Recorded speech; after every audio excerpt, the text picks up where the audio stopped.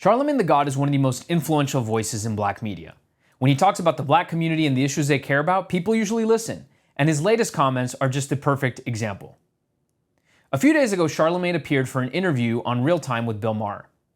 During the interview, Maher asked Charlamagne if he agreed with recent comments Joe Biden had made about black Americans and how they, quote, have to be 10 times better than anyone else to get a fair shot in America. So Bill Maher asks Charlamagne if he agrees with this, and even Bill Maher is shocked by Charlamagne's answer. Take a listen.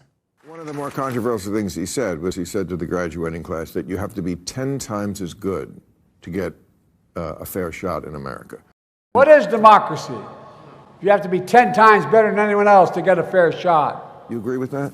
I don't know if it's 10 times better, but maybe 5. Yeah, come on. Yeah. You think you have to be 5 times? Yeah, when you black in America, absolutely. In 2024? Yeah, when you're black in America, when you're a woman in America, if you're a black woman in America, absolutely. I think that's a zombie lie. But is this really true that in the year 2024 in America, black people have to work 5 to 10 times harder than anyone else just to get a fair shot? No, of course it's not true. It's completely false. In fact, the opposite is true, and I can prove it. Minorities with lesser qualifications than their white counterparts now routinely get more than what Biden and Charlamagne would consider a fair shot, and they get them in things like college admissions and employment. Here are just a few examples. In medical school, for example, between 2013 and 2016, black applicants with average GPAs and average MCAT scores had over an 80% chance of being accepted. That's compared to just 29% of whites and 21% of Asians who had similar scores.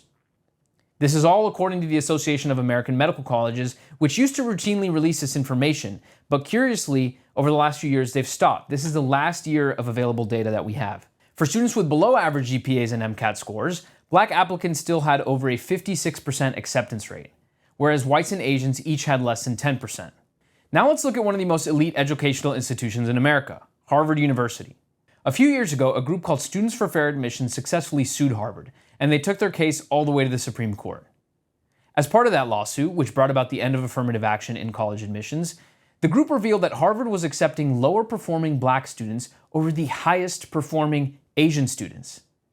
The group obtained admissions data from the school, from Harvard, that was divided into 10 different academic deciles, with 10 being the highest, the best performing applicants, and 1 being the lowest.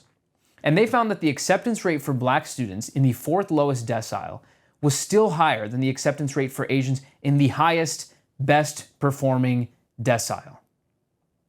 The data also showed that it was nearly impossible for Asian and white students to get accepted into Harvard if they were performing in the middle of the pack academically. In other words, if they were in those 5th to 7th decile ranges. But black students in those very same deciles, conversely, had acceptance rates that ranged from 22 to 41%. And Harvard's not alone. A study from April earlier this year, released by professors from Yale, NYU, and Northwestern, revealed that racial diversity at law schools decreased by nearly 20% after affirmative action bans were enacted. In other words, once schools were barred from considering race as a factor in admissions, the number of black and Hispanic students attending those institutions declined. So, Charlamagne, do you think these students were still performing better than everybody else? Or were they, as the data and the studies show, perhaps simply being accepted because of their race and not in spite of it? Here are a few other examples. Black women, for example, another group Charlamagne specifically mentioned. They are completely overrepresented in the federal judiciary. Black women account for less than 3% of all lawyers employed at all law firms in this country. Yet they account for nearly a quarter of Joe Biden's appointed federal judges. So are we supposed to believe this disparity exists because there are an overwhelming number of black women who are just outperforming their other colleagues by 5 to 10 times? And there's just so many of them that they have to be overrepresented in the federal judiciary several times over? Because according to Charlamagne, that's what they would have to do to even attain those positions. This isn't just happening in the federal government, it's also happening in corporate America. After the George Floyd riots, many of the largest companies in the country pledged to hire, quote, more people of color. And by 2021, they had. According to Bloomberg, 94% of new hires from S&P 100 companies, that is the 100 companies with the largest market caps in the S&P index, went to people of color.